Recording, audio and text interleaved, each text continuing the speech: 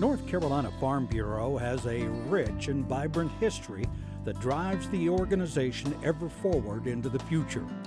We don't know what the years ahead will look like, but we can move forward with a confidence that comes from the wisdom of those who came before us and laid that solid foundation that is North Carolina Farm Bureau.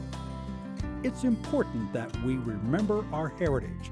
Throughout the decades since 1936, Farm Bureau leaders not only worked their land, they worked tirelessly to also build this organization.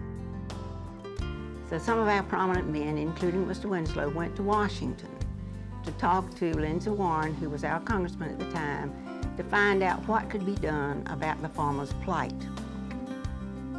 From 1920 until 1936, farmers had lean years.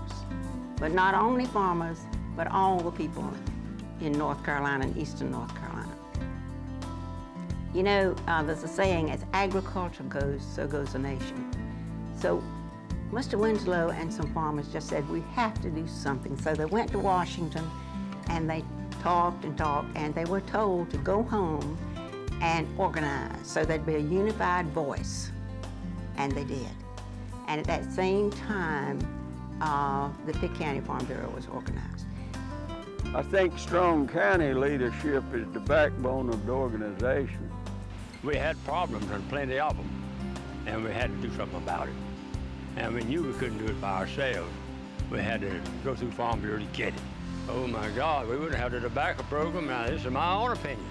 We wouldn't have the tobacco program. We wouldn't have a lot of things that causes the farmers to survive. Peanut program, you name it.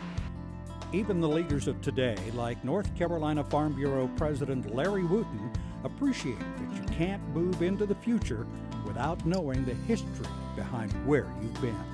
In order for an organization to know where you're going, the leaders must know where you've been as an organization. And that's why it's important to capture the history for the future generations.